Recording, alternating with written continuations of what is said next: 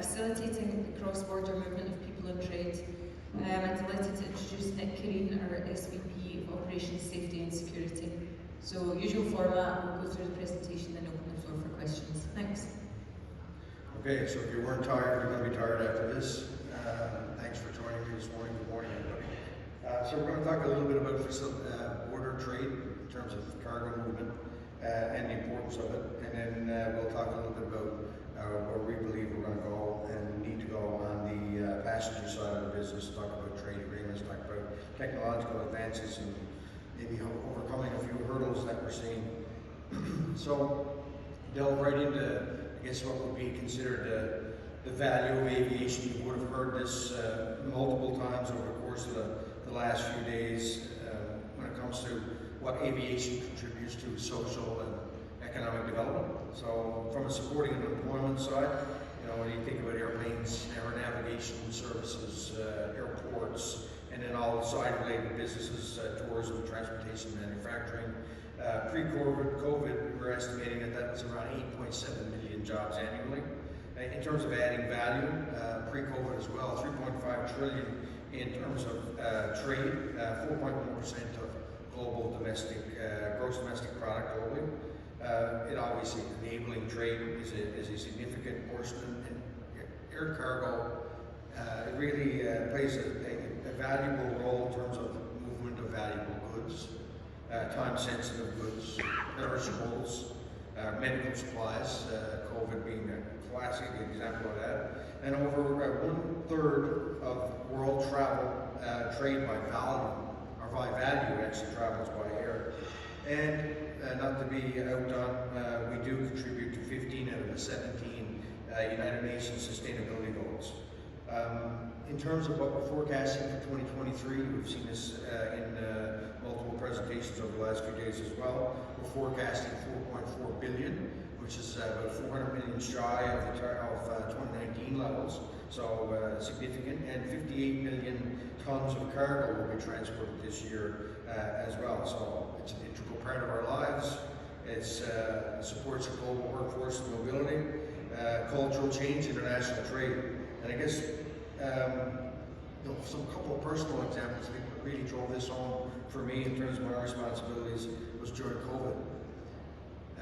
One example of how important aviation is to movement of goods was being contacted by the World Shipping Council when they had at that time, they contacted me, 300,000 seafarers that couldn't get to the destinations, couldn't get home, stuck on ships. As we dig into that, we realized we were moving around 150,000 seafarers a month. When you consider that, extrapolate that value in terms of cargo movement, it is absolutely significant. So we don't only touch air cargo from a facilitation and trade perspective, we also have a significant impact on the maritime sector as well. So from a humanitarian perspective, there is an incident in the planet that we're not involved in. That is good in terms of we offer significant value locally here, a significant natural disaster, but the impact that the airlines had was significant. 3,500 tons of aid, 350 relief and repatriation flights out of Turkey, and 130,000 responders were transported in to help deal with the crisis. So this is just one example.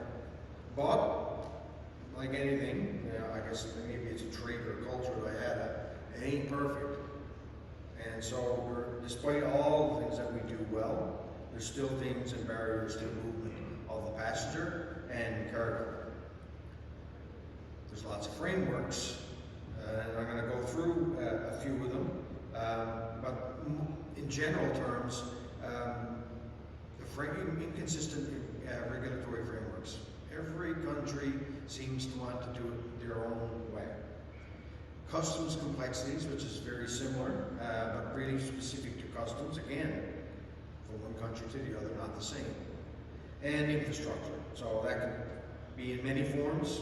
Could be a lack of space, lack of storage space, lack of cold facilities, etc., creating longer dwell times and unnecessary handling.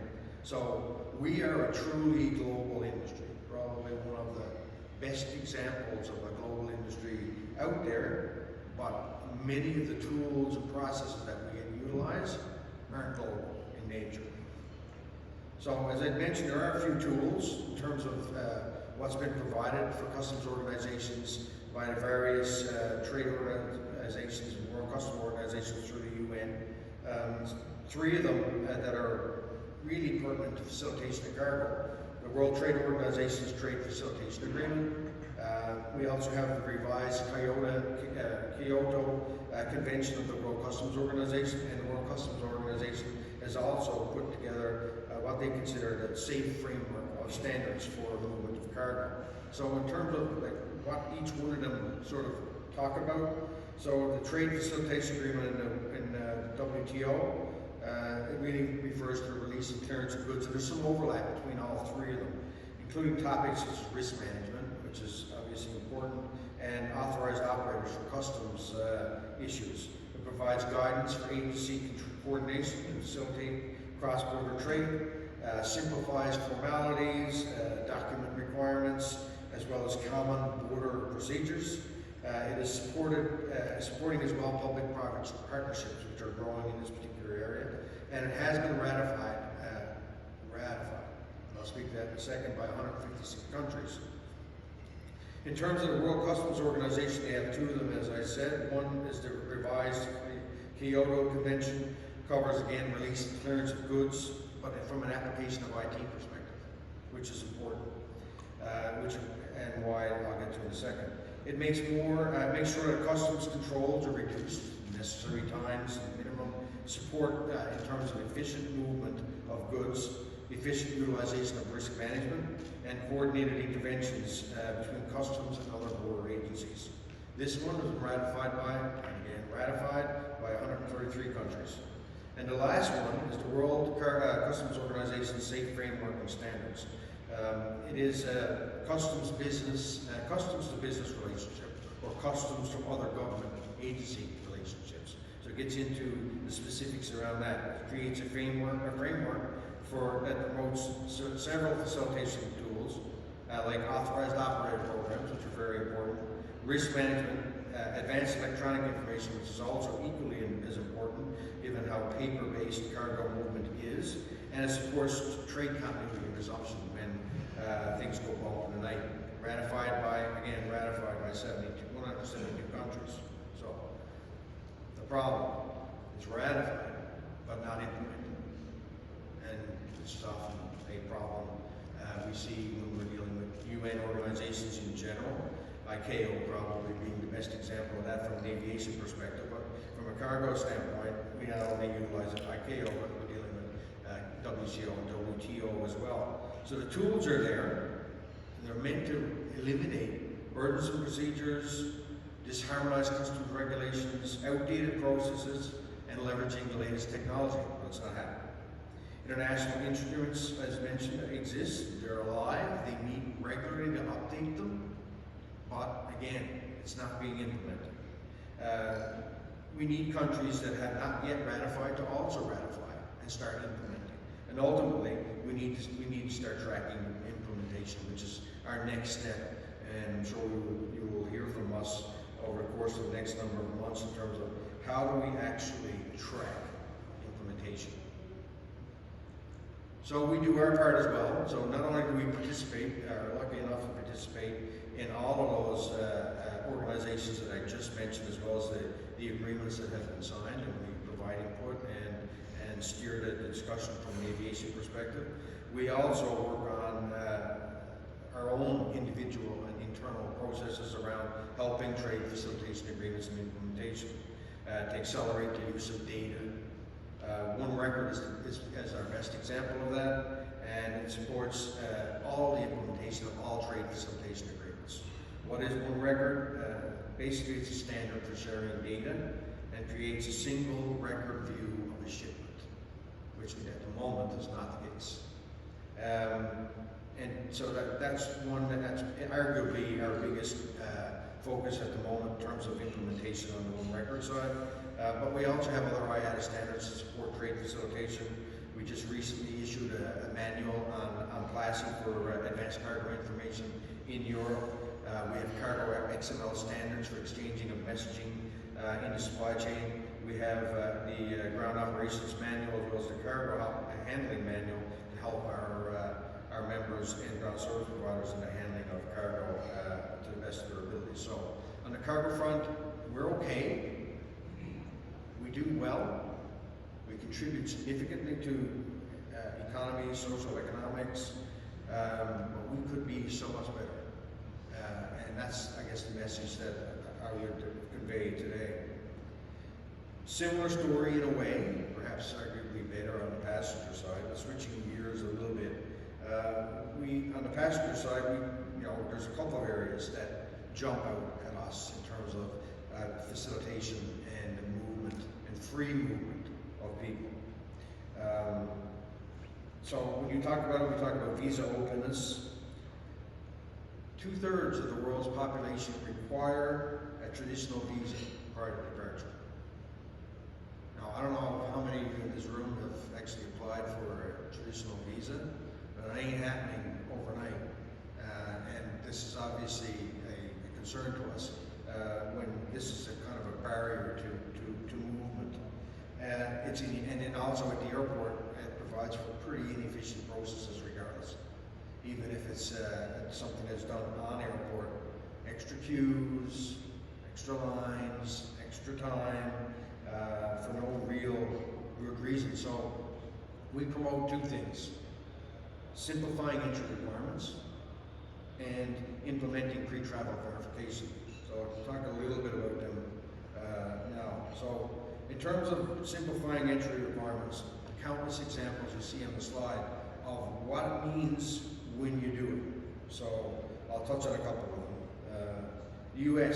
When the US implemented their visa waiver program in 2008, they focused on 7 countries: the Czech Republic, Estonia, Hungary, Latvia, Lithuania, Slovakia, and the Republic of Korea. Collectively, arrivals from these countries grew 46% over the following 3 years. I'll use Canada as an example because it illustrates how it worked and then how it got reversed. So in 2007, it opened the visa requirements up to Czech Republic. And arrivals from the Czech Republic increased by 36.5% over the following 2 years. And it contributed to that around 20% to the actual ease of visa requirements. Canada put their visa requirements back in place, restricting Czech travel in 2009, and the result was a reduction of nearly 70% of movement from the Czech Republic into that country. So, and there's countless other examples that you can see on the slides. It makes a difference when you simplify. It's that simple. From a free travel verification process, it's probably the one that IATA's and the industry has talked the most about, for all kinds of reasons. And we all travel, and we all know how much better it could be through the use of advanced information.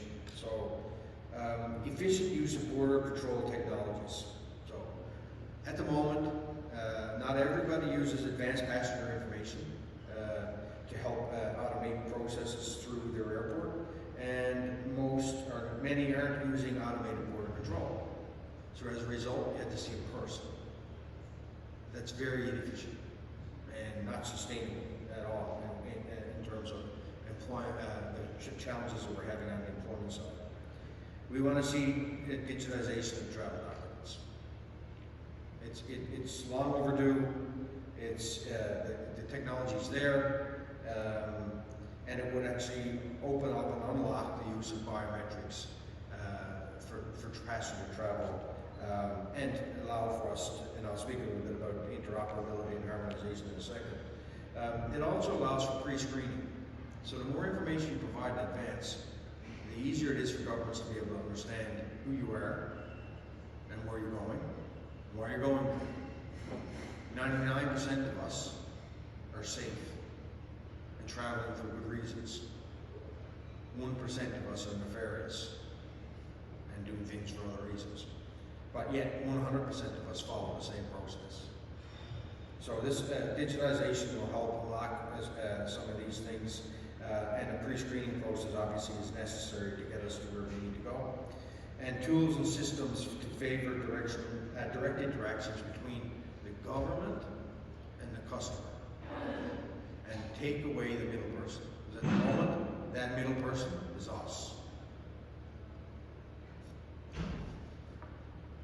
Can't accomplish anything here unless it's harmonized. So, again, I'm sure everybody in this room has traveled and continues to travel. In some places you can use a biometric to board an aircraft and then use your face, but you're still using your boarding card, and it's not interoperable. So you may be able to use it at one airport, but you can't use it at another. You may be able to use it in one portion of that airport, but not in the entire passenger experience at the airport. You may be able to use it in your interaction with the airline, but you can't use it in your interaction with security, or you can't use it with your interaction with customs. It just doesn't work. It actually adds complexity. So, do I need my boarding card? Do I not need my boarding card? Do I need my passport? Do I not need my passport? Do you use my face? I don't use my face. This needs to be harmonized. And biometrics is a solution because it will allow for seamless, contactless travel. And ironically, every year we do a global passenger survey. It is one of, if not the most comprehensive global passenger survey there is. And every year, somewhere in the range of 75 to 80% of our customers say they're willing to give up whatever is required to make the passenger process more seamless. So we get asked the question all the time about, well, what about the customer? Are they willing to? Yes, they are. Okay, so someone could say 20% don't want to share. Okay, that's fine as well. You still have to have the regular processes. So those who want to can, and those who don't want to don't have to. It's really simple. So we've been promoting One ID for quite some time. Even during COVID, we pushed this from a digital certification perspective only at that time. So what is One ID? Digitizing the passenger experience and eliminating paper. It's as simple as that. Enabling biometric use through the entire passenger journey. Contactless travel, no matter what airport process, boarding without paper, all the things that will reduce the friction that is required to help passengers move through the process quicker. Why would airlines give a rat's ass about that? Well, for one thing, it will automate the process, which is not about job elimination, especially nowadays. These jobs are difficult to fill to begin with. So I'm not doing this to cut heads out of the process, of doing it to make it more seamless and streamlined. Facility usage. Most facilities are full. We aren't going to be building airports anytime soon, and when we do, if you look at Berlin as an example, I think a very long time to accomplish the construction of an airport. So we need to find ways to be able to sweat these assets better, to make movement through these facilities faster. And that's what our customers want. They don't, actually, when you look at it, it's a bit perverse. We've turned airports into malls and restaurants and shopping experiences. But really, what customers want is to actually get in that airport and get on that airplane and get to where they're going. And we need to facilitate that more, and this is the answer. Governments are warming up, but they're not quite there yet, but they're working on it. What happens when we don't? In admissibility, at check-in desks, we got boarding gates, like I said, where you're doing multiple things. We have places where physical searches are required. If you travel out of South America in particular, I'll pick on that particular part of the world, chances are you're going to be searched multiple times before you get on an airplane. It's ridiculous. It's unnecessary. We're pushing for, and one idea is essentially digitization of admissibility. So, in the simplest terms, because it has to be, because I couldn't explain it otherwise, is this. The passenger sends all the required documentation to the state authorities in advance of their travel. The state reviews it and then notifies the passenger of admissibility through the use of a verifiable credential, which the passenger stores in a wallet, in a digital wallet. That could be an airline app, that could be a government app, that could be an Amazon app, but an app. The passenger shares this information with the airlines directly. Admissibility. I'm okay. The airline verifies it comes from a trusted source because it would have to be standard. It would have to come from obviously something that's been approved, and you're okay to go. And you're given a ready to fly. Now that could be a check mark, which we've toyed with what would that look like. How would you be able to show that what you have is correct? Check mark, like I said, it could be a QR code. That has yet to be determined. So that's a suggested flow, but it also could be that the okay to travel comes from the government themselves, directly to the customer. But it is that simple. So when you show up at the airport, you don't need to go through any other checks, any other verifications. We'll get there. It is the future of travel. As said, ICAO has been working and hovering around this thing for maybe 10 years now. We do have verifiable credentials that are becoming standards in ICAO. I think under Annex 16 on the facilitation side, or Annex 13. And we also have the EU progressing on their front, the UK also progressing, all with the idea that whatever they come up with can be different, but has to be interoperable. And that has been the message that we're giving them. So one day we won't need to brand one ID because it will just simply be the standard across the board that governments are implementing and customers will benefit from it. So I'll stop talking and see if you guys have any questions at all. Sorry, at the front, please.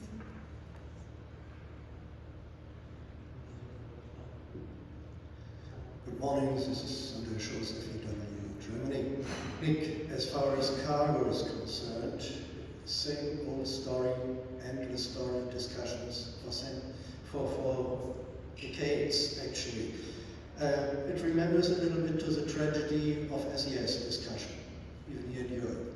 So, from your perspective, where do you see the most realistic chances for progress on a global scale? One record. Yeah. I think that has the greatest opportunity for legs. We're seeing, we're getting into some substantial trials. We haven't announced them because they're trials with pretty large airlines and customers organizations to test it across multiple borders. To me, once we just get that strength, and from the airlines that are involved in the trials, you see that work, it will slowly take off. And we get to that marketing number of 16 to 18% utilizing it, and then it'll take care of itself. But to me, that's the horse that we need to flog, because that one record, that simplification, will unlock everything else. Asking governments to do the same handling everywhere all the time, I think we'll beat that horse till I retire anyway. But one record is something that, to me, if there's something worth fighting for, let's focus on that. In the middle, please, and then we'll go. I presume that there's no future in which we're not searched at some stage going through an airport. But do you see any practical at the future which might make the search process more seamless and less potentially intrusive? It is the biggest waste of time in theatre in the planet. And unfortunately, classic example of how disconnected some of our UN organizations, in particular ICAO, most recently sending out a memo to all states to remind them of the importance of liquids and gels in the search and requirement for them, even though there has not been an elevated risk in that area, which is kind of confounding when you ask them why would you issue something that is not required. It makes things more complicated. But it is what it is. Technology is the answer, unfortunately. So security people, on the safety side is funny. On the safety side, the use of SMS, safety management systems, the implementation of risk-based principles, they've embraced it and it's necessary. On the security side, there is no such thing as risk-based principles, except they do them, you just don't communicate them. So I'll give you an example, and I'll probably in shit for saying it, but I never, ever take my liquids and gels out of my bag. Ever. I don't check a bag, ever. I have personal reasons for that. I'm sure everybody in this room may have them as well. But I don't, and I do it because I want to see if they're actually going to pull me out of the line. Never. So I'm not telling you to go do the same thing I'm doing. I'm telling you that it is in many ways application of risk-based principles in theatre. Having said that, where will be the answer will be technology. So anyone that's traveled through Heathrow, Gatwick, there's other airports, some of the German airports actually have implemented these new screening machines, allow you to leave everything in at least. So it's less intrusive in that regard. You don't have to take out your laptop, you don't have to take out any other electronics, you don't have to take out your liquids and gels, which will make it at least a little less cumbersome. And that's probably the best that we can hope for. What we need to push for is the multiple screenings. So when you're in, now this industry is perverse in the way it refers to us when we're traveling. If you're inside and you're domestic and you have somebody international and you're outside and you're dirty, use those terms to refer to someone who has not been screened. Dirty. It's meant to create a negative connotation, but really, once you're screened, you should be screened once. Dead stop. Any other requirement for screening is unnecessary. Because, and a classic example of that, you can fly an international flight for 10 hours, get off that airplane, land in another country, and make a connection, you have to go get screened again. How does that make any sense? You were at one point safe, now you're no longer safe anymore. It's ridiculous. So to me, technology will help the first part, and we need to continue to advocate on the removal of the unnecessary multiple checks after the fact. Line answer to this one is really at my heart. Hi, hello, I'm from Bangkok Post, Thailand. So you talk about the you see less travel, and I would like to ask about the progress you see in Asia Pacific airports, specifically like developing countries like Thailand, for example, because we are like, I've been talking to airlines and airport, they're concerning over like, how should I say, the gray business, gray criminals entering the country, like, because now we kind of have issues like China visa, we kind of limit that, the capacity of Chinese traveling to Thailand because over this security reason.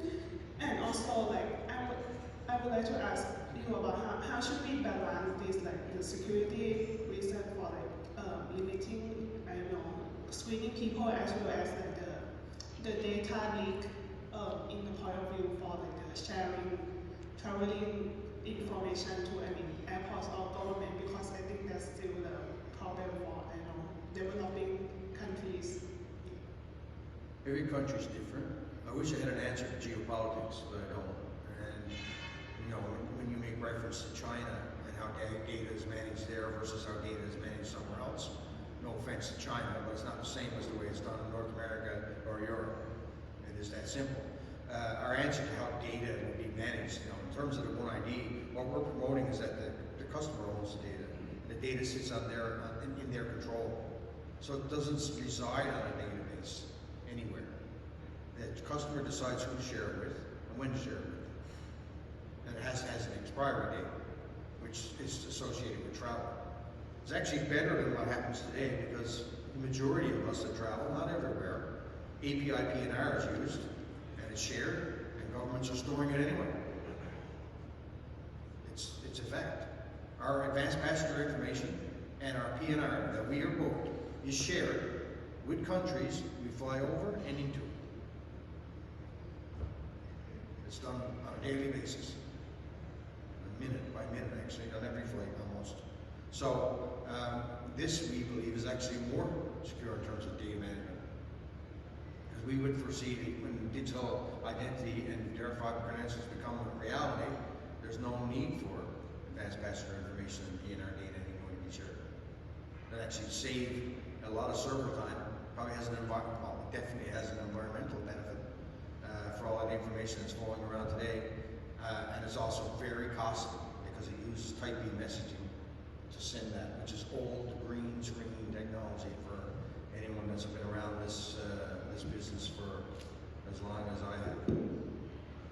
So I'm not sure how I can answer your question around China and Thailand, but in general, the overall view from Asia Pacific around the use of biometrics is positive. And positive for obvious reasons in terms of the growth that's projected in that region over the course of the next decade or two.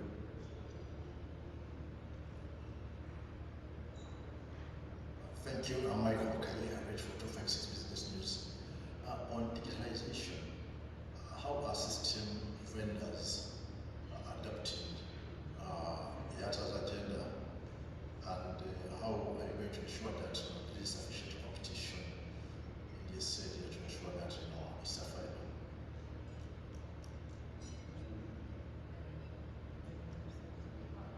Well, we're technology agnostic. We're talking about process and standards, which means it would be open to any vendor. We're not creating a product here. It's not an IATA product that we want to sell. It's a concept and standard we want to see implemented. And so we see that with open APIs in terms of sharing of information, and it will be between the government and the customer and the airlines to decide how and who they use for that. So there will be an open market for certain.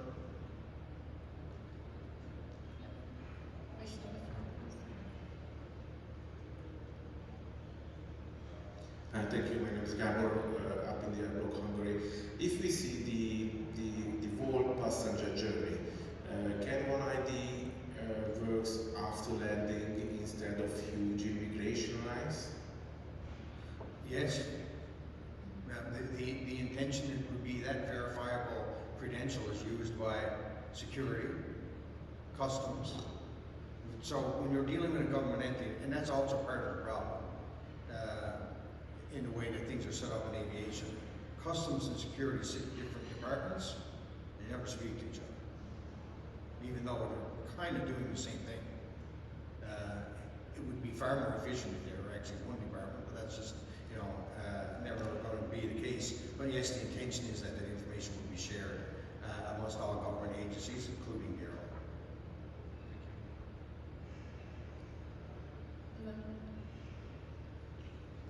Morning. Morning. Ashraf Al-Hadidi, Arab newspaper, Egypt.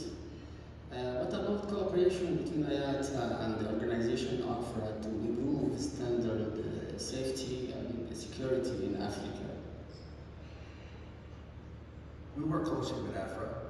I think our regional vice president would be much better adept at answering specifically how we work with them. I know that we'll be participating in our Focus Africa event, which will take place in the second half of June. And the intention of that is to talk about primarily safety and security and facilitation.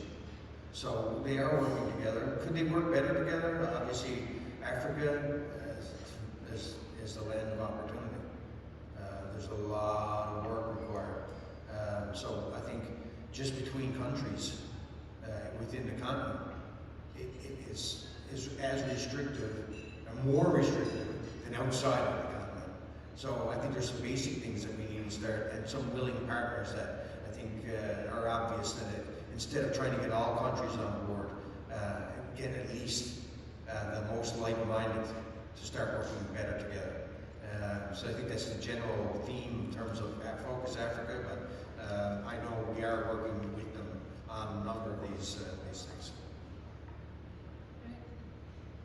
Thank you everybody for your Thank you time. everybody for sticking around and somewhat informative. Have a great rest of the day.